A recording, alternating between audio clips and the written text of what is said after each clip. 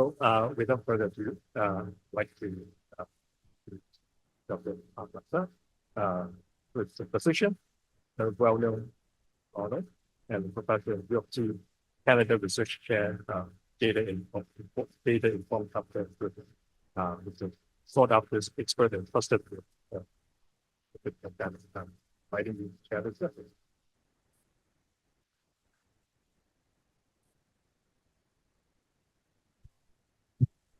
Thanks for the kind introduction, and a pleasure to be here today. I get the opportunity to host an exciting panel that we're going to start shortly. But first, I'd like to introduce a colleague, friend, and mentor, Dr. Stephen Lucas, who is our morning keynote. Dr. Lucas was appointed as the CEO of MyTax, a nonprofit organization that connects Canadian businesses and researchers with talent and innovation starting October 2024. Importantly, for today's panel, Dr. Lucas was also the Deputy Minister of Health for Canada during the pandemic. He's an accomplished public servant with extensive public policy leadership experience in health research and innovation. He retired in May 2024 after more than 35 years with the Public Service of Canada. Thank you, Stephen, for your service, including 10 years in the Deputy Minister of Community. He was Deputy Minister for Health from 2019 to 2024. So with that, welcome, Stephen.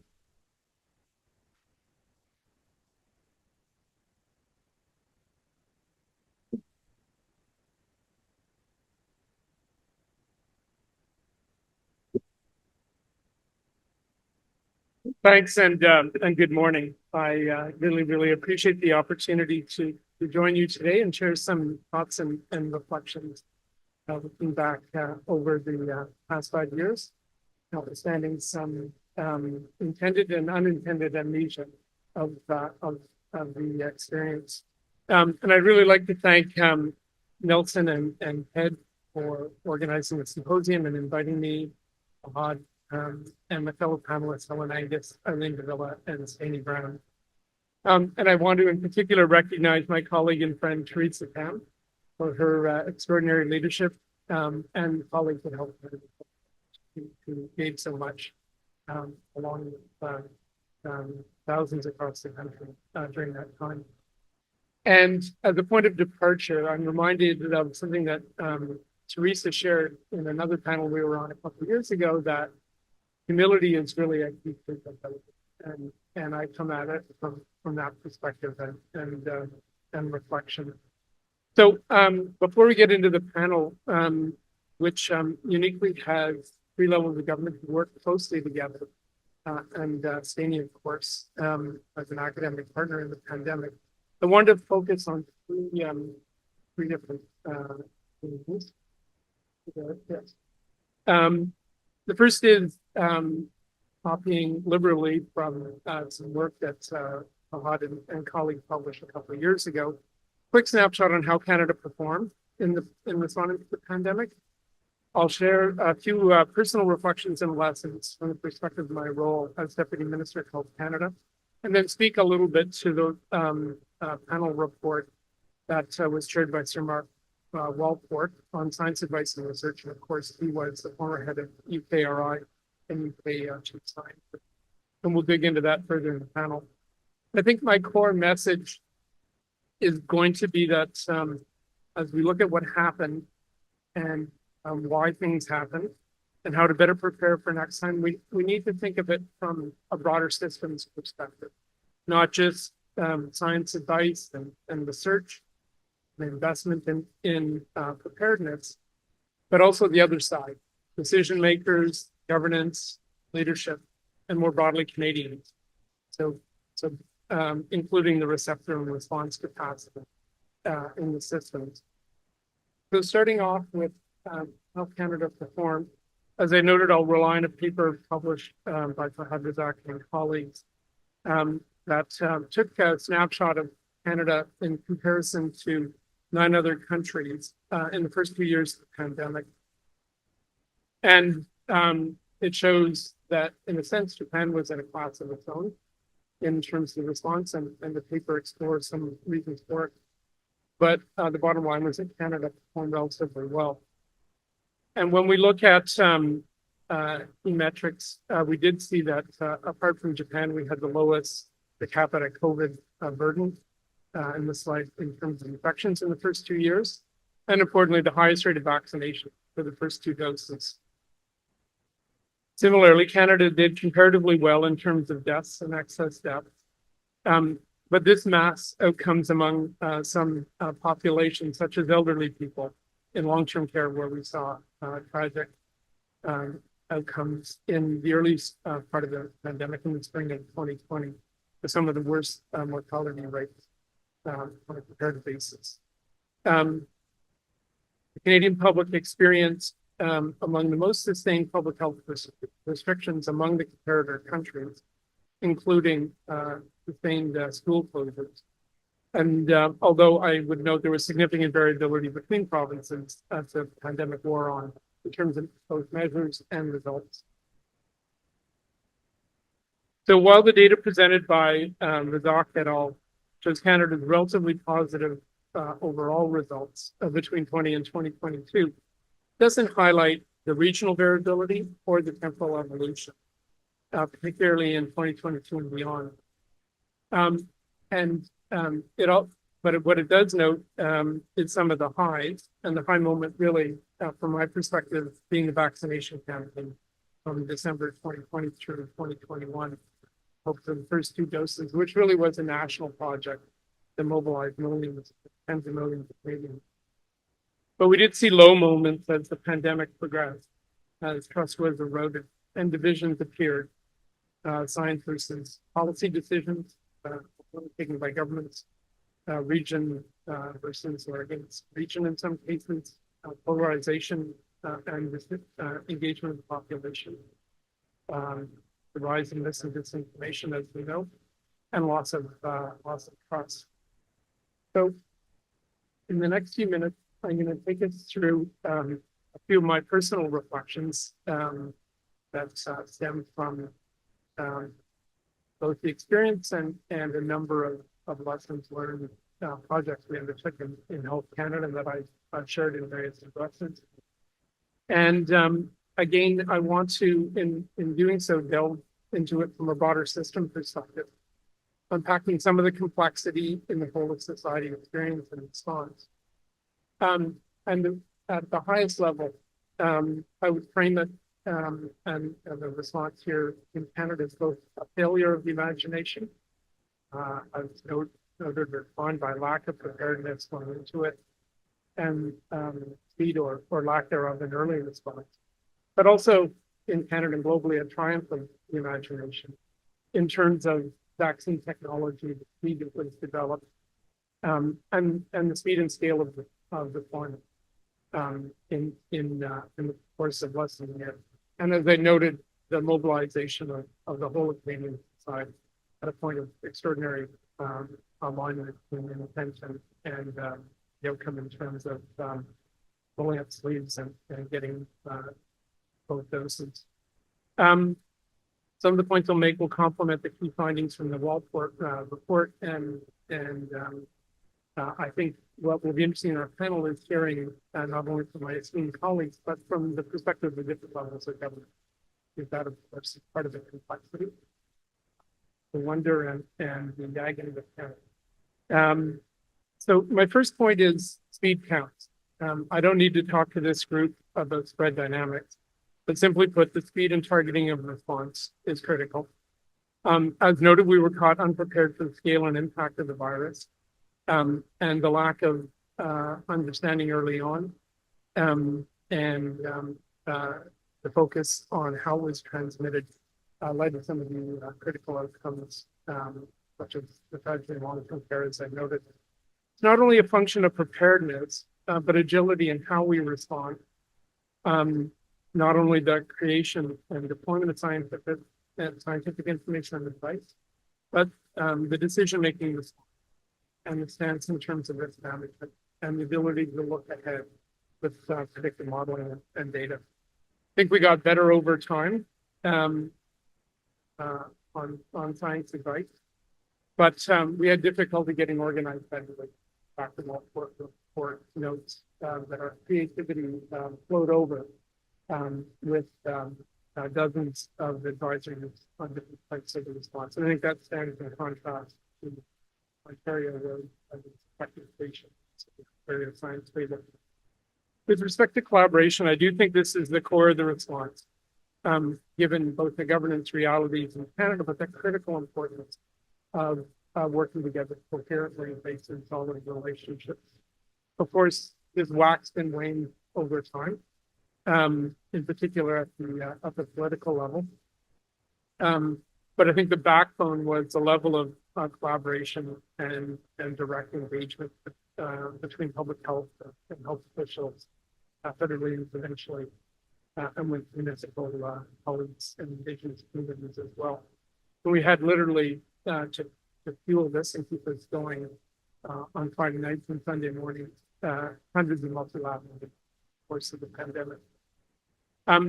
We saw positive collaboration with Indigenous communities, but not all have the support and enablement of their direct response to self-determination and response, which was supported in many cases through direct federal support as well as provincial, and respect for the leadership and management. And in some provinces, supported effectively by tripartite federal and provincial governments and Indigenous leaderships. I think it's important to note in the same vein of collaboration, the extraordinary collaboration in different parts and moments of the pandemic, in particular in vaccination campaigns, not only with provinces and territories, but with municipalities, Indigenous communities, as I noted, community organizations and civil society, and the private sector. And I think that was a critical success factor in the successful vaccination campaign that Canada had. The next theme I'll touch on briefly is innovation, in a sense, less heralded, but from my perspective, critical part of our response. It was an area where federally we're able to exercise leadership and support and enable leadership from other sectors and parties. And looking broader than the stretched public health teams and health systems, in a sense, through multi-sectoral collaboration, contributing to resilience. I'll just note a few examples, one of which in kind of simple terms was based on a phone call that Helen made to me at the beginning of April in 2020, where she said, is there any chance you could help us carrying contact from federal resources? And we drafted some Health Canada staff and college and courses in a couple of days, but it led to the thought in discussion with my colleague Emil Warren, who is at Canada, about why not get people involved who do the census. There's no active census at the time to support contact tracing, and this was deployed not only to have act as a backstop in Ontario, but more broadly. Another example is the development and investment in humanitarian work, not just the Red Cross, but other organizations, and in recognition of both the need to surge capacity and that support for resilience in the system, but the fact that we couldn't continue to draw down on the armed forces in that regard. We saw incredible innovation in the Made in Canada push for biomedical equipment of 2020. Much of it used, and some of it leading to important capability in Canada to PPP. Some of it less successful, including further innovation with manufacturing companies. An example, in part inspired by a lab a couple of doors down the hall, the Creative Destruction Lab, was their work on rapid test component, where it was clear both on capacity and hurting information, the public health community wasn't going to roll them up the scale we needed in the country, and we worked with PDL innovation incubators like Keynote in terms of how we could disrupt the channel flows for access to rapid tests and enable broader public access. And then just two other examples to note briefly. One, completely unheralded because I think it's largely unknown, was excellent work by federal and provincial officials to develop through risk sharing co-investment, critical drug reserve for needed drugs for the OR that served us well through the pandemic and showed how that collaboration could lead to very specific implemented results.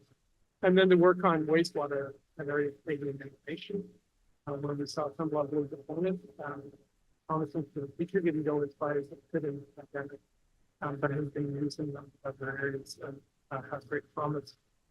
The theme of inequity, which I know is one in terms of equity or focusing on health equity, that's important in pandemics work, was certainly a real issue in the pandemic. I mentioned the example of long-term care, not only elderly people, victims of inadequate infection prevention, but also the impact of this workers in the setting, working multiple jobs, living in congregate housing, without the recognition of spread and supports for them. We saw the consequence of not only structural and social determinants of health, but inequities in access to care and information to support the community.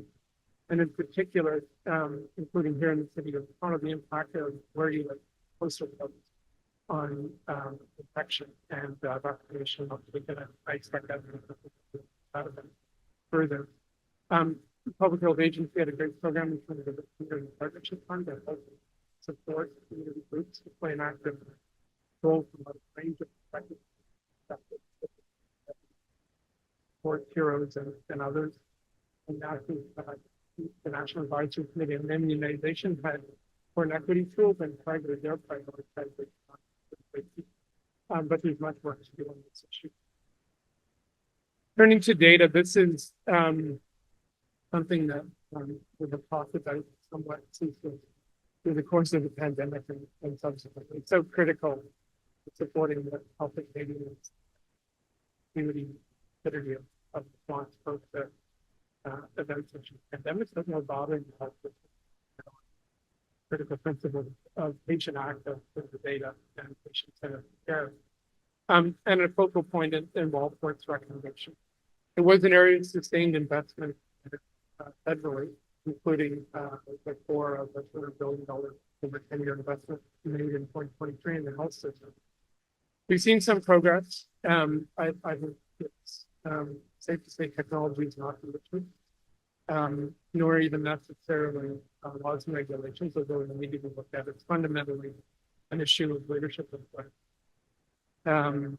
We have great insights provided, including developing during the pandemic specific group and expert advisory group. I think it's just a question of doing it.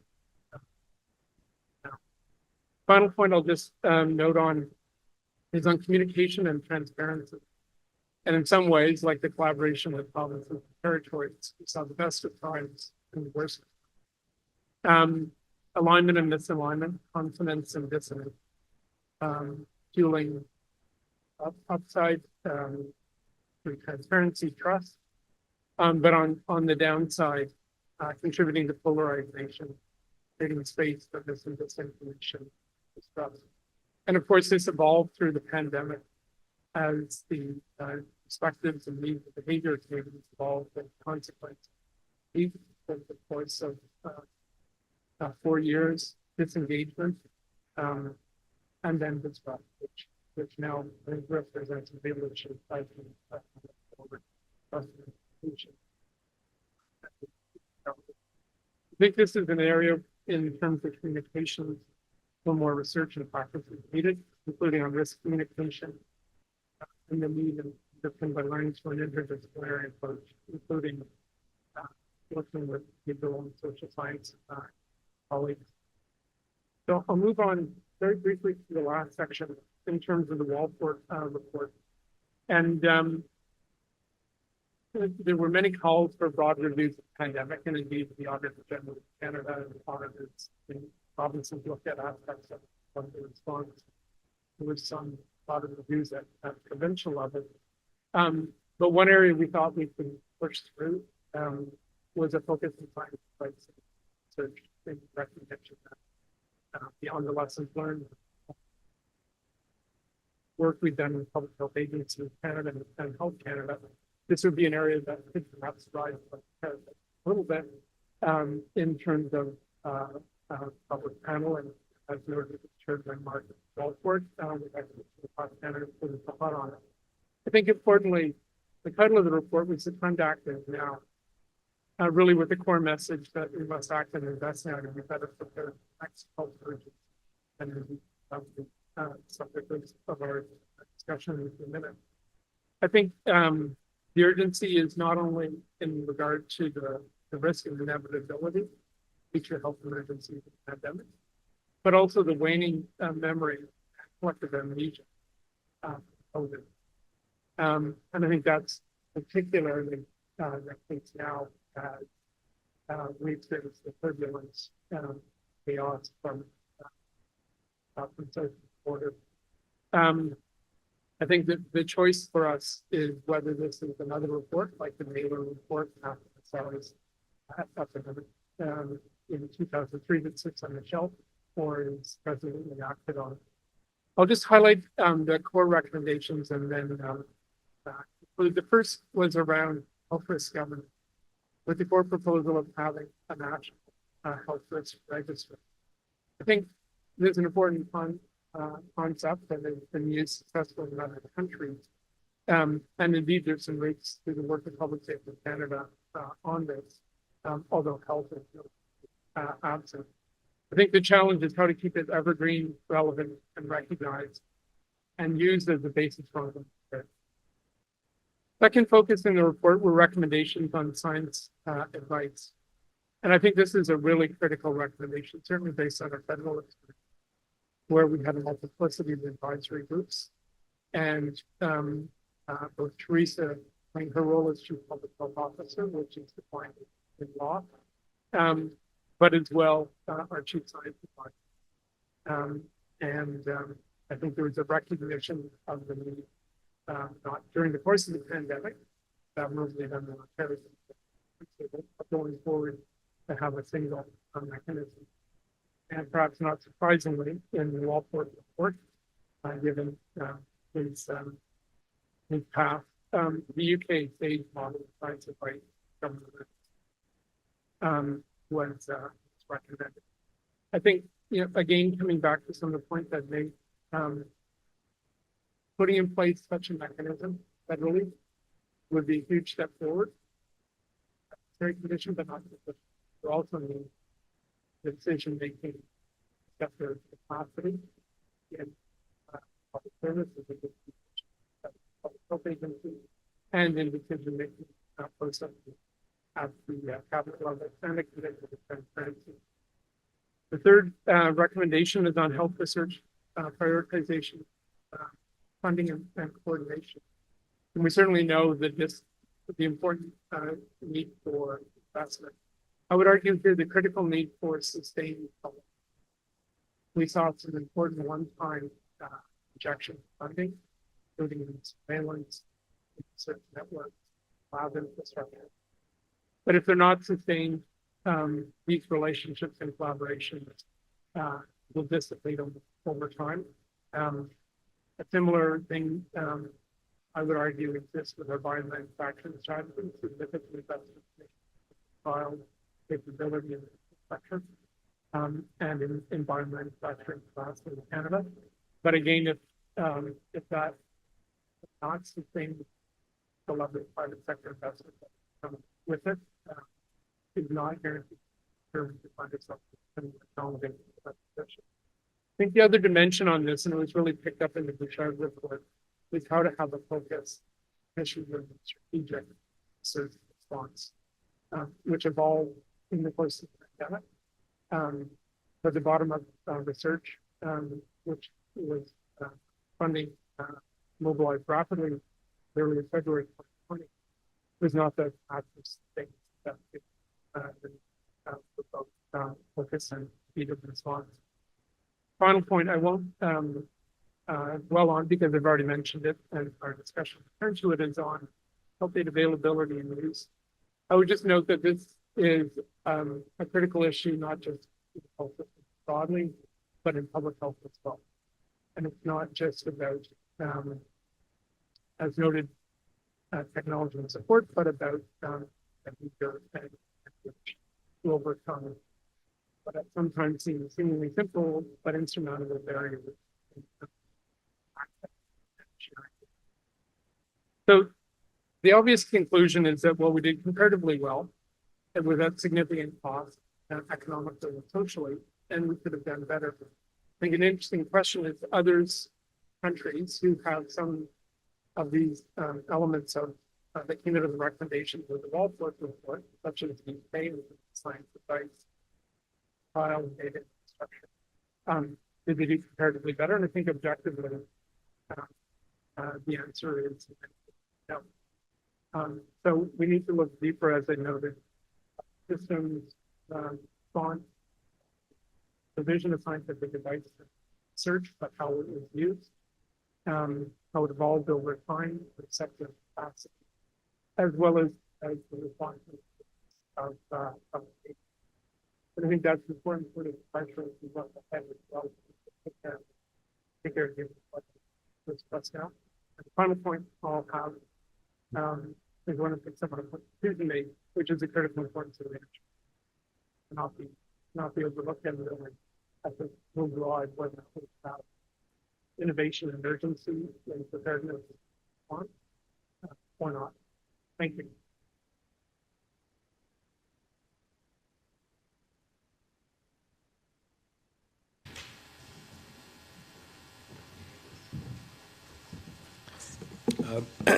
Thanks very much, Stephen, for those incredibly thoughtful comments. With great delight, I'm going to call up our panelists. So I'm going to start with Helen Angus, who is currently the Chief Executive Officer at AMS, and during the pandemic was the Deputy Minister in the Ontario Ministry of Health. Welcome, Helen. Next, I'd like to call up Dr. Eileen Davila, who is the Medical Officer of Health for the City of Toronto, is a member of IfP's advisory table, and I'll note that the City of Toronto is the largest public health unit in the country. And then finally, Steny Brown, who is the Dean of the Dal Anna School of Public Health and was the chair of the Ontario COVID-19 Science Advisory Table and creator of it. As Steny comes up, I'll just reiterate that our goal now is to talk about looking forward towards future health crisis. And before we get underway, I just want to say with Stephen, Helen, and Eileen, we have three of the principal decision makers during the pandemic at every major level of government, federal in the largest province and the largest public health unit. They had to strike an incredibly delicate balance in highly uncertain circumstance and under enormous pressure between elected officials, the bureaucracy, the public, all in times of high uncertainty. With Steny, we have one of the most sought after advisors to all three levels of government during that time, and the creator and the chair of the Ontario Science Table, which became one of the most influential scientific advisory bodies. So today, with the tincture of time, we have the ability now to look back on that extraordinary period with these four individuals.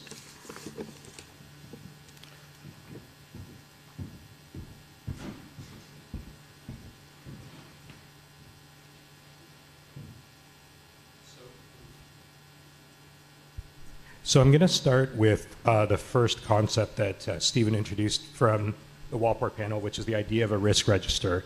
So a risk register broadly is a document that's supposed to help us anticipate risk, mitigate those risks through preparation, improve the response to risk if they transpire, and then support recovery. As Stephen mentioned, many countries have a risk register, such as the UK and the Netherlands. We don't have one yet as of yet in Canada, either federally at the provincial level or within public health units.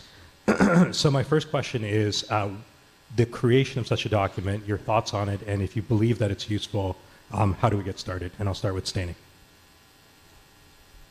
Okay, so you look at the countries that are best prepared for these sorts of crises, the ones that have the deepest sort of level of resiliency, right?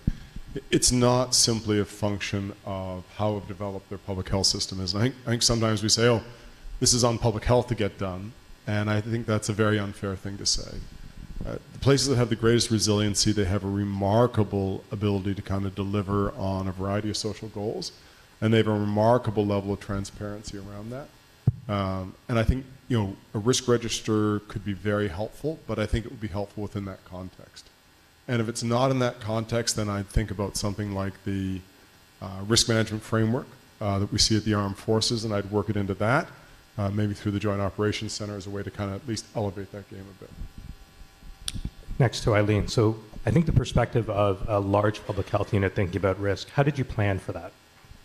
So let me first pick up on something Staney said. He talked about, and he used specifically the word deliver, right? So I think this concept of a risk register is incredibly helpful. I think there is some value. You spoke to that already, Staney. But at the end of the day, the value of those kinds of tools is how practically usable they are at the moment of crisis.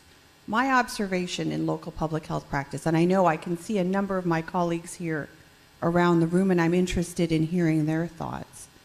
But my observation is that when it comes to the use of things like risk registers or emergency preparedness and frameworks and for emergency preparedness, is that there's a lot of time spent on the theoretical and the concept of planning, but when it comes to the moment of truth, actually being able to use the tools, the register, all the planning work that goes into the development of frameworks or plans is a little more challenging, right, when it comes to the moment of truth.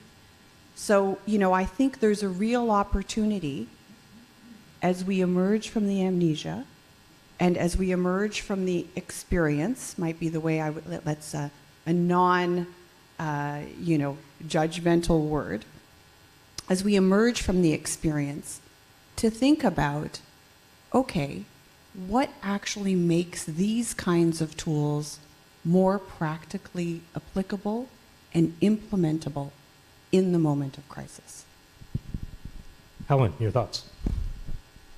Yeah, I would agree with Eileen that they have to be, if we were to develop such a tool, it would have to be practical. It would have to be scalable as well. So it would have to have some capacity to be used at the local level. And I'm very struck by some of the presentations I've seen over the last year about sort of micro-targeting in public health and the ability to really, dig into, specific populations, whether it's for vaccines or for public health interventions.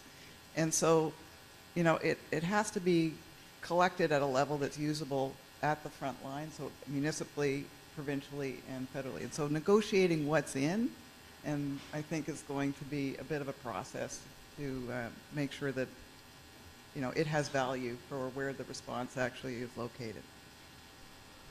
And finally, Stephen, so any thoughts about whether there will be a movement towards this federally? Well, that's a good question. I'm not sure. My hope would be that there would be, again, similar to the science advice structure that was in the Walport recommendation. It's effectively a no-cost recommendation. The additional point I'll make, building on colleagues, is that, part of the challenge, of course, will be thinking about the future and not just the past. Fighting, in a sense, the next war, not the one we've just been through. And I think there, building on some of the lessons using not only predictive modeling, but perhaps AI to be thinking about future scenarios, disease vectors, zoonotic transmission, a whole range of considerations. So I think not only just about the definition of a risk, but the scenarios and how they could play out. Right. Sorry, Fahad, if I could just, again, pick up on this thing, right? And Stephen, you mentioned it in your remarks earlier this morning. And so not only do we need to think about them, but we need to think about how we actually make them, as I said, implementable, or something that decision makers can actually act upon, right? So I think it's great that we talk about the thinking and we reflect, yes, on the past and think about the future, but how do we do that in a way that actually supports delivering? And part of that is having functional systems in the in-between periods, but also, again, this something that actually supports decision makers and our broad public that we aim to serve to actually see it through. Staney, do you have some thoughts? Yeah, just, I think sometimes we look at these tools as if they're somehow kind of flat, right? You encounter a problem, you apply the risk register, and that steers you away from whatever the challenge is. These things are really played in waves or in rounds of a game, right? And so the risk register at the beginning is probably focusing on the immediate threat. And that makes a lot of sense. But as you get to subsequent rounds of the game, it's not just the next wave of the infection or the next wave of the environmental risk. It's the social waves, it's the educational waves, it's these other issues. And so I think the question is not only developing very practical tools that can be applied, I think it's making sure that leadership knows how to apply these and knows how to communicate around them, because it's a remarkable challenge to do both, because the complexity of understanding these multiple rounds of a game and the complexity in communicating around, and the requirement to communicate the uncertainty around these multiple rounds. So they're great tools, but you also need the craftspeople to pick them up. Okay, I'm going to move on to our next topic around health risk governance. So the first was the idea of assessing risk. The next is the idea of surveillance. As Stephen mentioned, Canada really was one of the innovators in terms of developing wastewater technologies, which proved to be quite useful, especially during times of the pandemic when the response on the public health side was dependent in many ways on what those wastewater signals were showing. As all of you know, a lot of the wastewater monitoring capacity has started to be rolled back, or at least allowed to. Attrition has occurred because of lack of maintenance. So how do we ensure adequate surveillance capacity, not only nationally, but locally and provincially, where a lot of the decisions have to be made? And maybe I'll go through, starting with Stephen, and work our way back.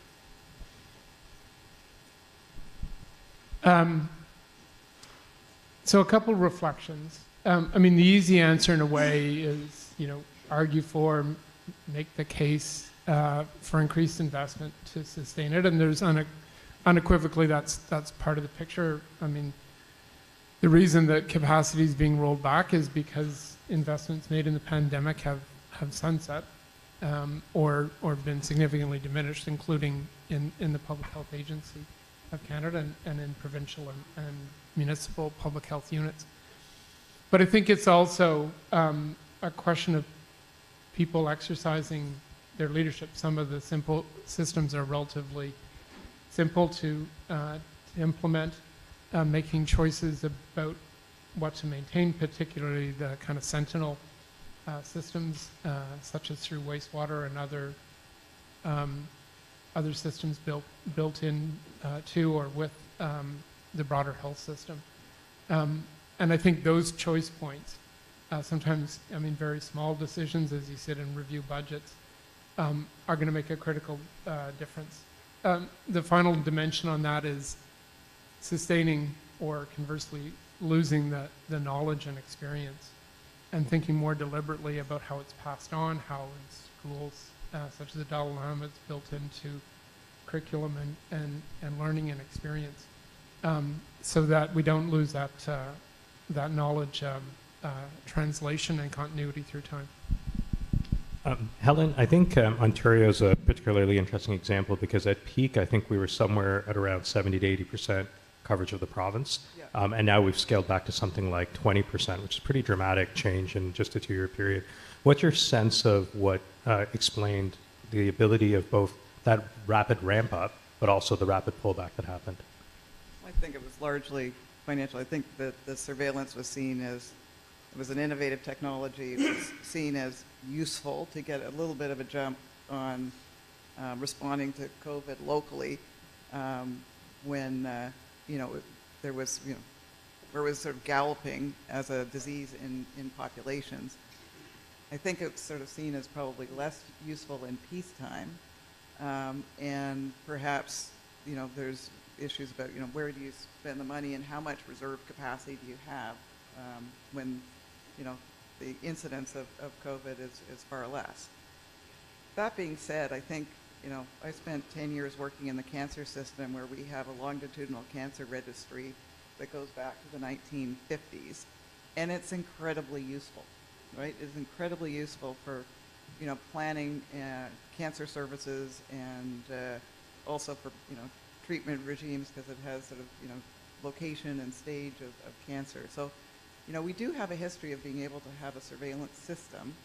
I think it's probably a political will discussion, and I think that, it's up to us to show some leadership around the value of surveillance over the longer term, as has been done in other, disease registries, for example. Yeah, Eileen, if I could just add, one of the interesting things with wastewater, I think, is that you saw individual public health units then make a move forward. So notably, Ottawa went ahead and said that they were going to fund it directly. And it's a really interesting example of individual public health units moving when there wasn't that provincial will. And part of my understanding is they articulated a peacetime rationale for it with, for example, being able to predict RSV surge. Yeah. What are your thoughts on that? Well, I think, we've already heard the rationale for these kinds of systems. I don't think there's any question. And, what decisions are made at an individual local public health unit will depend on their unique circumstances at the time. But I think fundamentally the question we're asking ourselves here, particularly when we're talking about public health surveillance, is how do we value public health, right? What do we actually believe is, you talked, Helen, you used the word values. I think this is a decision like every other decision, which of course is made partially on evidence, but largely on emotion, on values, on feelings, on who we trust and who we don't trust, and whose opinion matters at that moment in time. So I think that for us, as we start to think on this question, we need to reflect on the science of decision making and figure out how we support the decision makers to the best decision, recognizing that actually it is their decision to make. And as public servants, we have an obligation to continue to help them should they make a decision that perhaps doesn't necessarily reflect what we believe the evidence best supports. Thanks, Eileen. And maybe, Stani, I'll close with you on this. It was notable the universities took such an important leadership role on both the creation of the technology and the maintenance of the network. And as there's been some pullback from government, you've seen universities kind of step forward again. What are your thoughts about that, and also more generally the role of universities or academic centers maintaining this infrastructure? So I might kind of start at the high level, like why we have these, and then maybe go to the role of the university, which I think is a very particular, in some ways narrow role within all this. I was in Los Angeles about a year ago visiting a friend, and he met me at the hotel, and we were going to go for a walk, and I said, I'll be right down. Let me just check the weather. He said, don't bother. It's always the same. And in some ways, this is part of the problem with public health, right? It mostly works, right? You don't wake up in the morning and say, how likely am I to get sick? It's not something that changes all the time. And, well, people in public health will say, that's exactly the point. That isn't the way that it's commonly perceived. So there has to be a reason to look at this, right? So the people who control the purse strings and have to make these difficult decisions about where to put money need to understand why they want to look at something that doesn't change all the time when there is an immediate need for something else. And there's only, I think, a couple ways to do that. One of which is to think about how this idea about a risk register actually brings it to people's attention all the time, right? Is this a real risk I need to manage, so that they're understanding this? Or, and then, that could be a federal, provincial, regional, or local. Or you need an institution. I'm grateful to Carolyn Toohey for kind of educating me about the importance of social institutions. You need an institution that sees this so core to its identity and with a ability to support this that it becomes eventually a social expectation. And for that, universities can have a role in this, but really it's about, the agencies that have to do this, right? That they really see this as, constantly something strengthened and reinforced as they try to pursue, a mandate that's bigger than anyone could probably cope with. So, I think there's that issue. What can universities do with this? I think, remember that, we always think about universities as the place that are supposed to discover the next big thing. I think I might have mentioned this last night. They're actually the place that protects knowledge, right? That's the first role, is that they actually kind of become that storehouse. So universities can help by kind of keeping a hum going all the time of what this looks like, particularly if it supports education. But only in the most extraordinary circumstances should they be the place that actually leads this constantly, right? That's not what they're paid for, it's not what they're supported to do, and they're not the social institution that's supposed to do this. It's just every once in a while they find themselves, being best placed to do it. So I think, universities can help with this. I wonder every once in a while about how much we should be continuing to do this. I wonder, we're the largest school of public health in the country.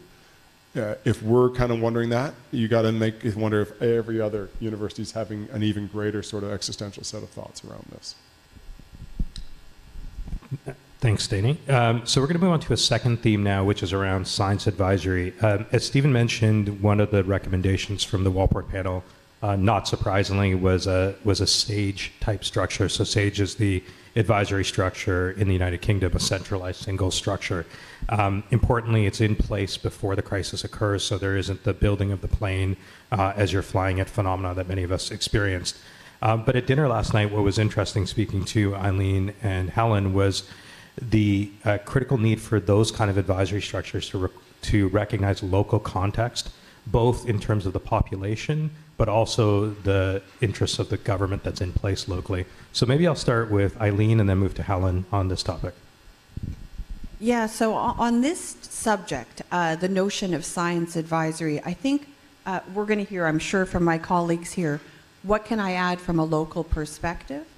While I do think it's important to have established science advisory, if that science advisory group is going to reflect and evolve with the reality on the ground, we have to conceptualize these things as not only the central body sort of delivering, here's the science, here's the latest, here is the guidance, but they also have to have a receptive capacity for that which is happening on the ground. So there have to be effective and efficient mechanisms for learnings on the ground at the frontline level to get back to the central guidance or advisory bodies, such that they have an understanding as to how their advice is being received and whether it's actually having the desired impact.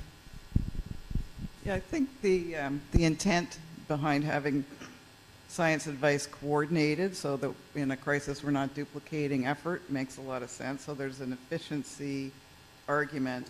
As a practical matter, what I saw really worked.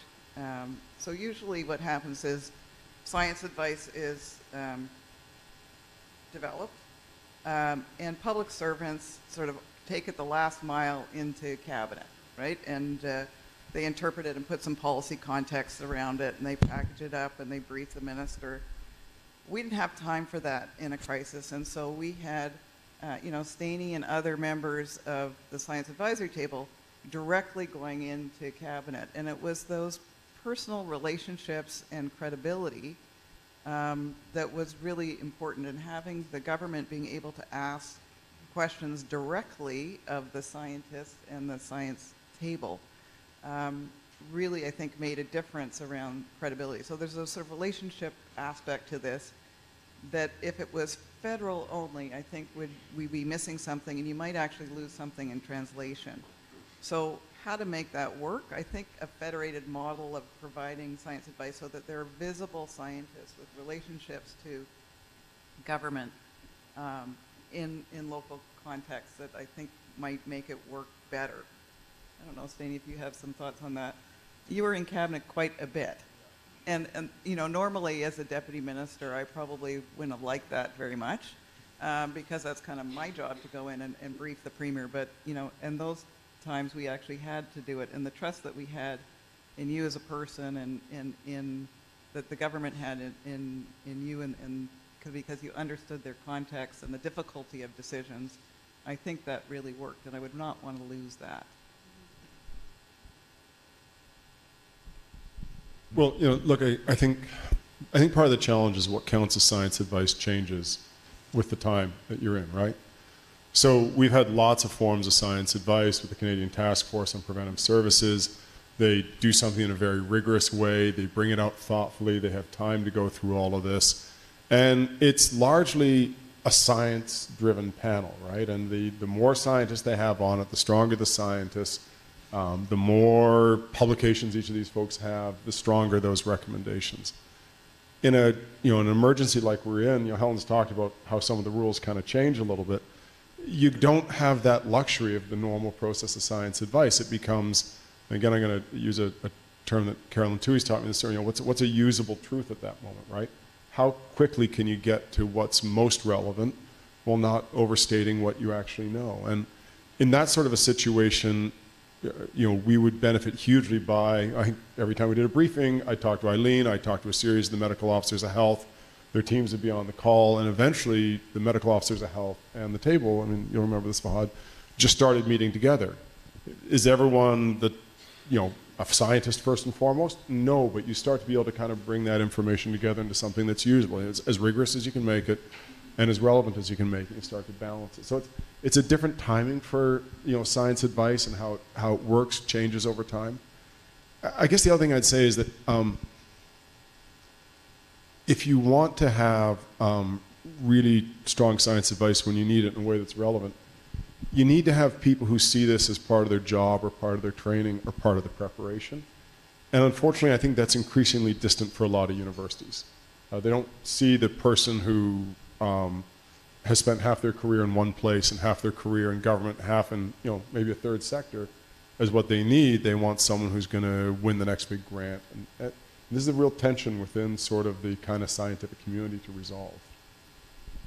Thanks, Danny. And Stephen, one of the findings from the panel was that there was 40 new advisory bodies created during that first 1 to 2 years in the pandemic.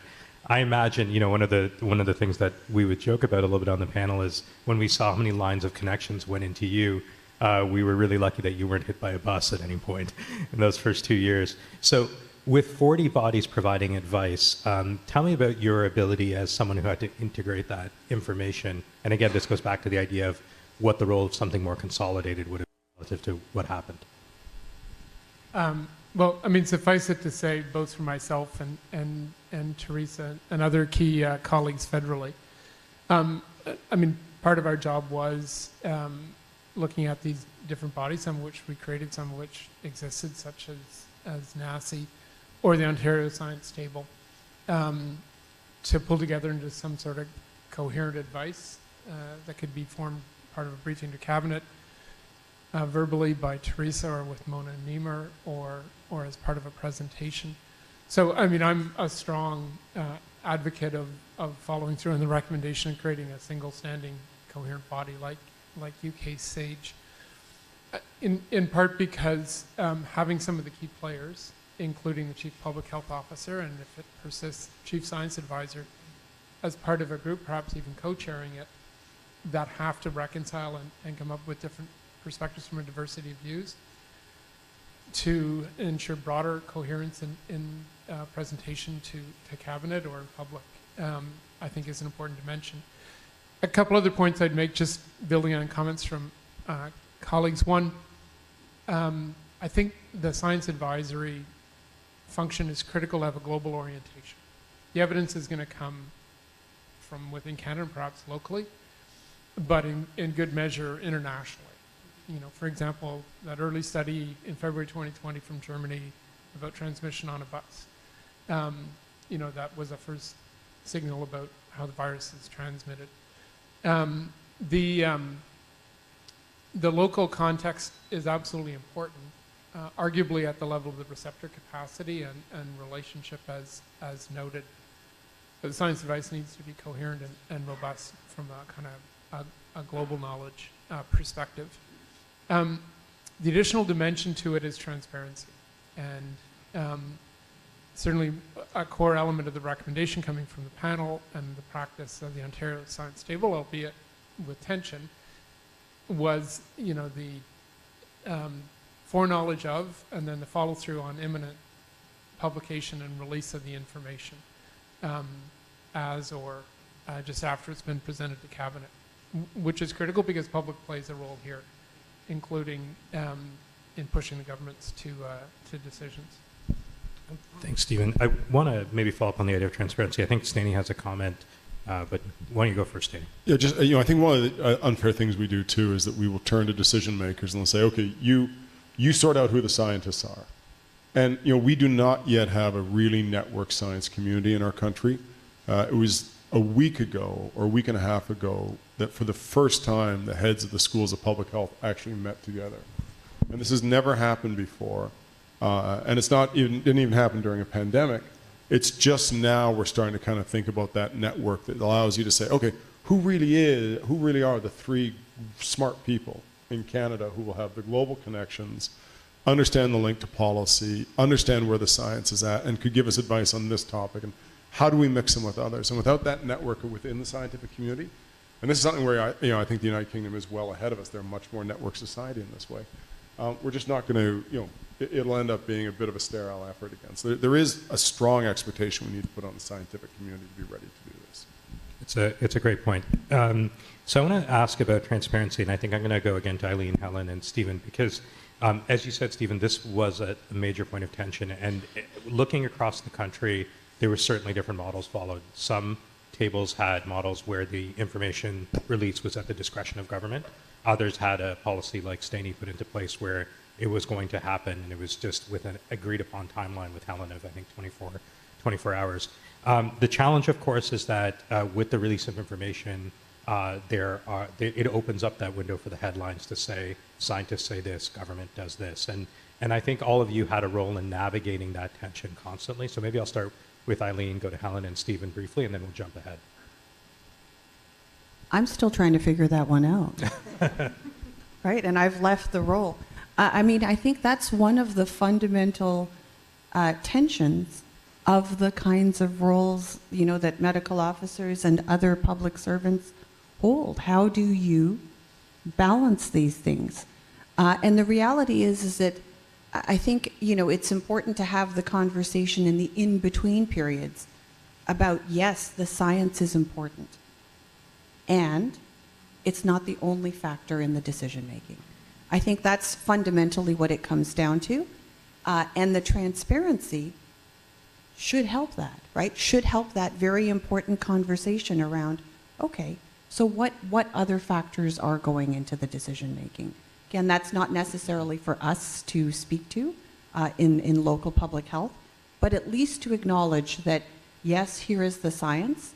There are clearly other elements here. I think Dean Christofferson talked about how this isn't just a health issue. We tend to come at things largely, I'm not going to say exclusively, but largely from a health perspective. There are other considerations. She talked about economics. She talked about management. We've talked about leadership. We've talked about how decisions are made and the challenges of navigating uncertainty.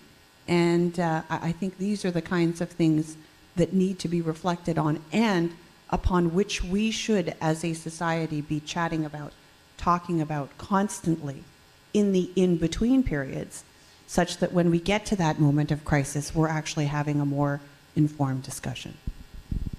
Last words to you, Helen. Yeah, I think Eileen's exactly right. Public servants, backed by science, provide advice to their political masters on a range of topics, and I can think of many outside of the pandemic where advice was appreciated and then a different course of action was chosen, and you can get me started on the Fair Hydro Plan and a few other things. So in fact, I think, the fidelity to the science during COVID was actually higher than in some other aspects of government decision-making because of the transparency, right? I think it was really important. And the arrangement that we had where, you had to give government a bit of a head start to understand and absorb, what the science was telling them about particularly, the latest projections or other aspects of, who should get tested, and those were difficult decisions that they had to make in a very short period of time. And yet, the science was released, in a timely way to the public, and sometimes there was a difference between the science, and that is kind of how democracy works, right? And so I have empathy for the decision makers who have to kind of organize all of this, and I think that we struck the balance on transparency pretty well during COVID, and it was actually better in many ways than some of the peacetime practices we have in the public service. My colleagues have spoken to the provision of advice and its publication, and I'd noted the tension. I think in general, transparency needs to be the default. The core issue is one of timing, but also the messenger, or as was the case in the pandemic, messengers, plural. I think the circumstance in a pandemic, and perhaps in part in distinction to some of the other examples Helen gave, or I could give in government, where advice founded on robust and multivariate evidence was considered and not necessarily formed the course of action that government eventually took, as indeed is their democratic prerogative.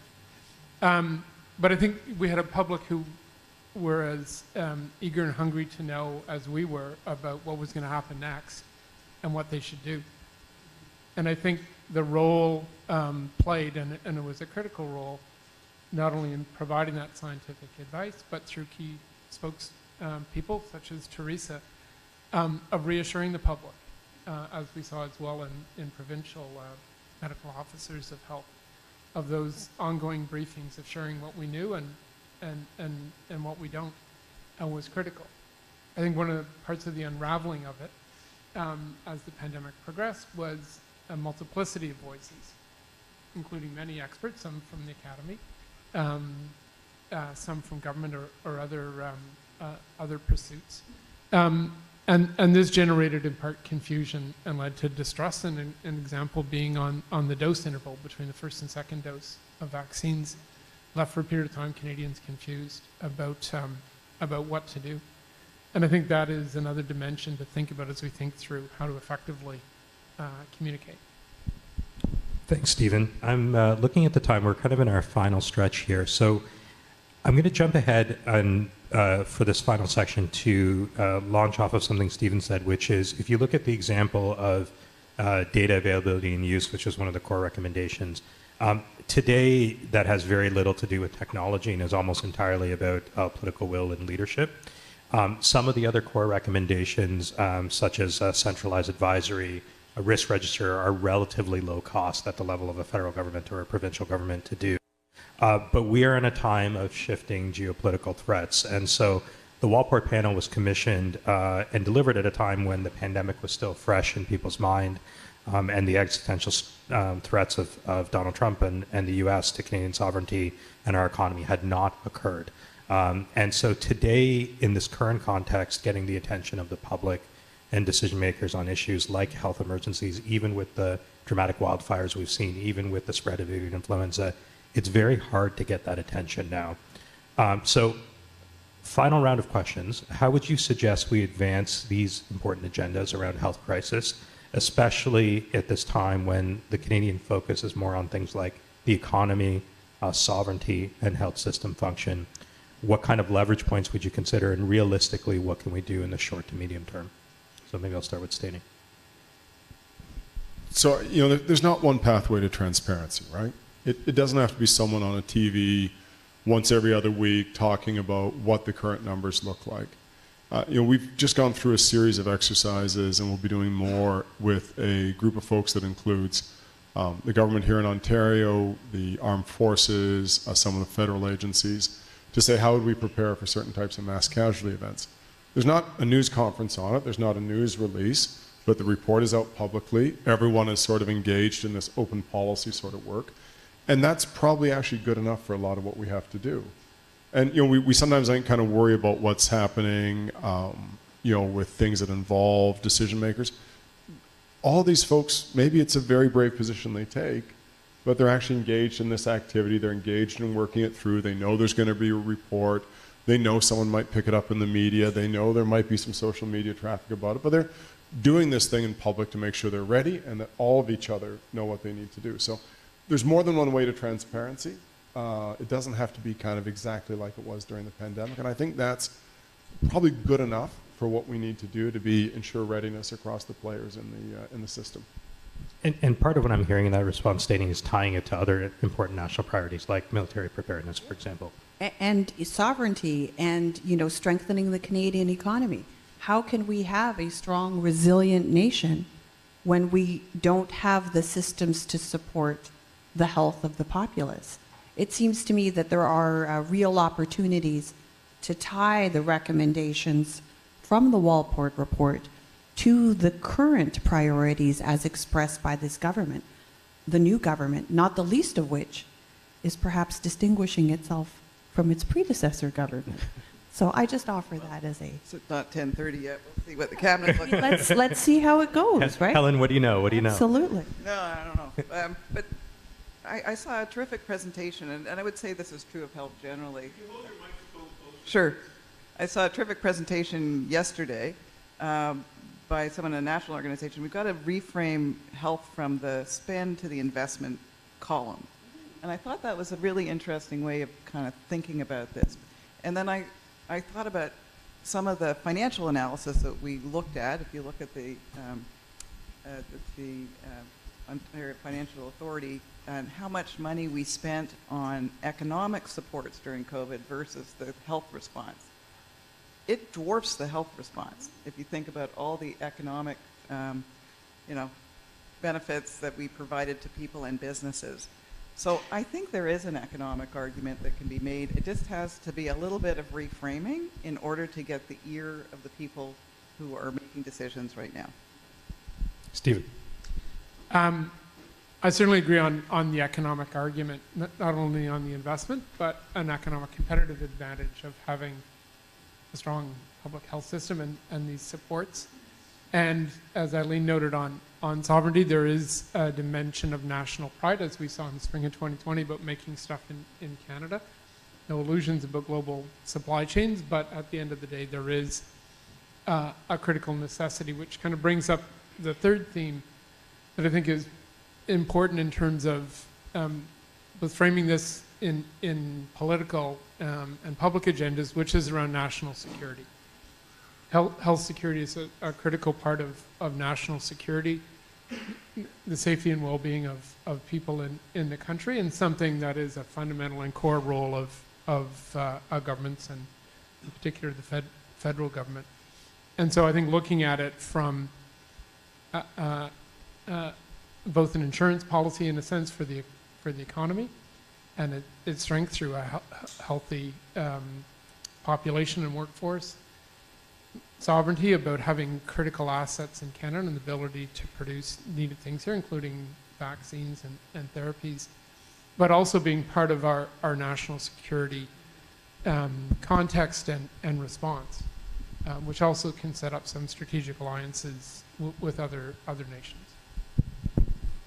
So I see we have 5 minutes remaining. So for the last question, maybe I would love for each of you to offer 1 to 2 minutes of thoughts on the following. So it's notable that 3 of you who played these pivotal roles during the pandemic have stepped away from your positions leading 3 different levels of government, and that Steny has fully retreated into tweed-wearing academic roles. So as you speak to the audience and maybe a future generation of people who will be involved in responding to health crises, what would you offer as your piece of advice for them to take forward on your experience these past 5 years? So then I'll start with Steny. So maybe, given that I'm supposed to be swathed in tweed here and having a glass of sherry at 4 o'clock every afternoon, probably the advice I'd give is that we need to encourage people to have different career paths, right? So, Helen's very nice and very kind of quiet and very modest, and she says, well, if there wasn't trust in relationships, it's much deeper than that, right? Helen had to take a very, I think, brave stance on a variety of things. Not that she faced necessarily pushback, or not that anyone kind of critiqued in the beginning, but if it went wrong, that's the end of a great public service career pretty quickly.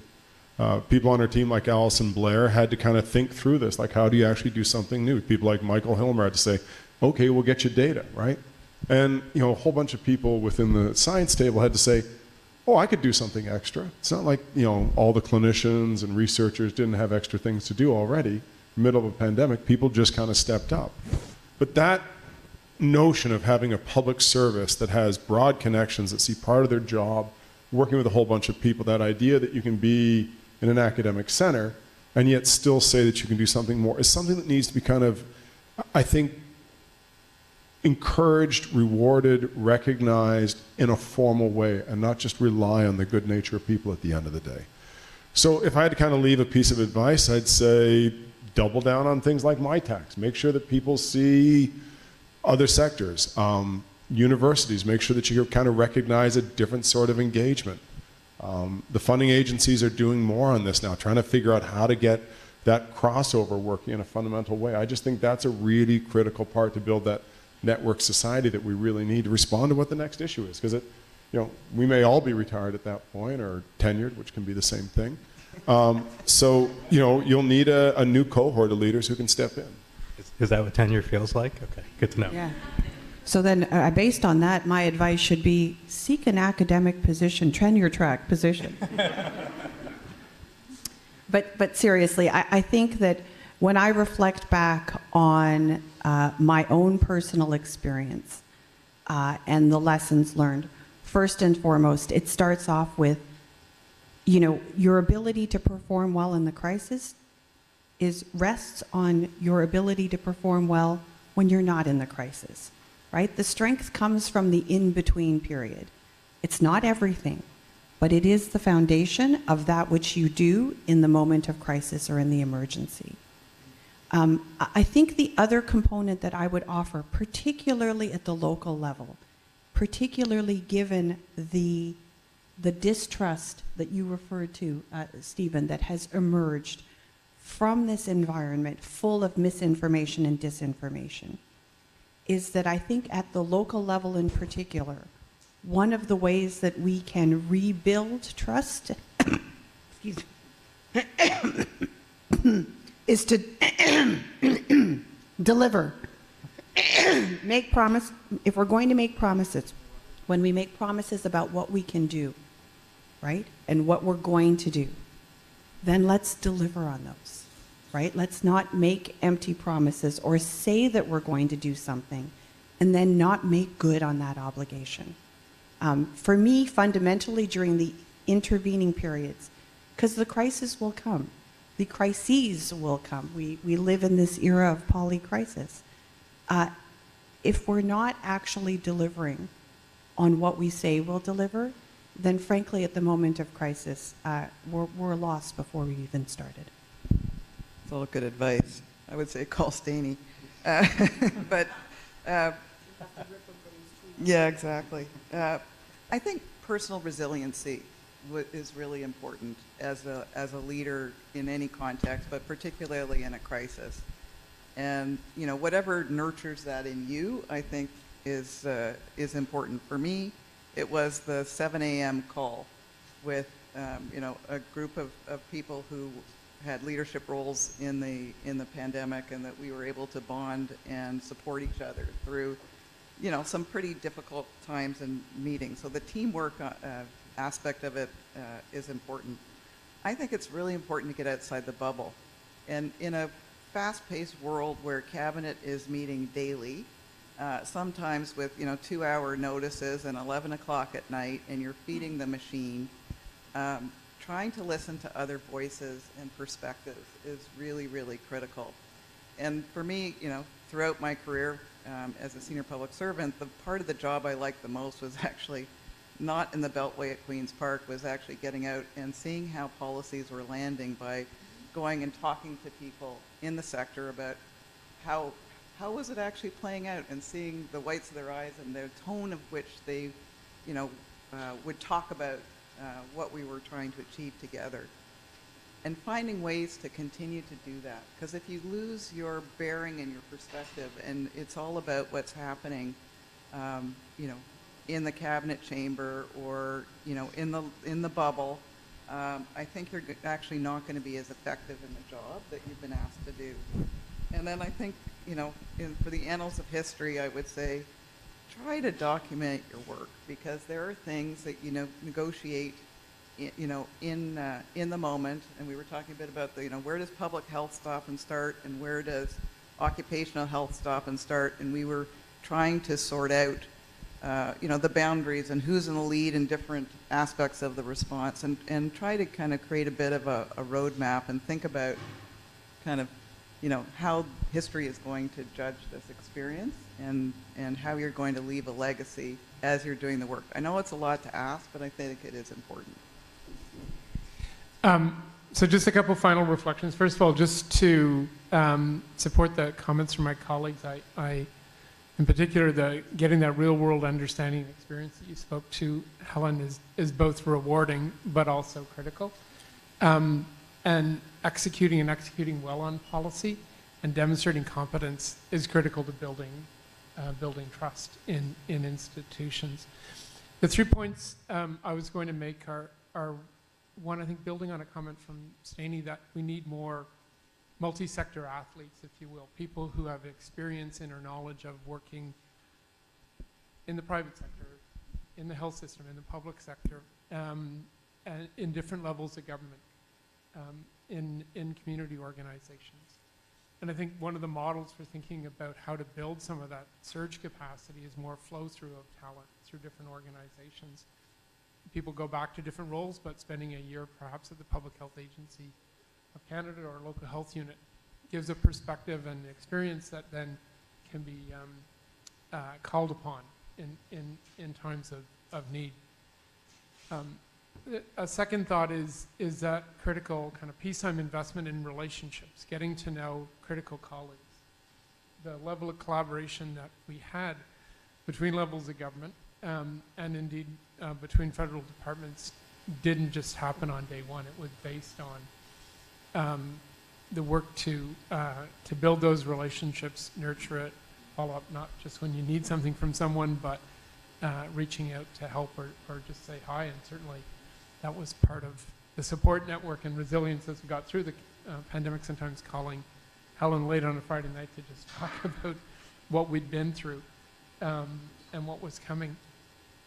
And then the final point is one I had noted earlier, which is leadership, thinking about your own leadership, how you deploy courage and humility, vision and strategy, action and a focus on outcomes and mobilizing people. They're all critical aspects. I think we need more focus not only in the job, but in our academic and educational systems on supporting leadership development in terms of what it means from experience and how it can exist both in peacetime, but people can step up to the challenge when we're in moments of crisis. And I think that was one of the reasons why Canada did well, is we had strong leaders, many of whom are in the room here. But we can't just take it for granted. Thanks for that, Stephen. So great words to close on. I just want to, I think, a final few words to say that, the four of you, as Stephen said, in a world of only bad decisions, you chose the right ones more often than not. And if you look at what Canada achieved during that time, despite it being the greatest mortality event in our history, our death rates being as low as they were meant that there are many people in our families, our friends, who are alive today because of your actions. So our sincere thanks, and thank you for this past hour.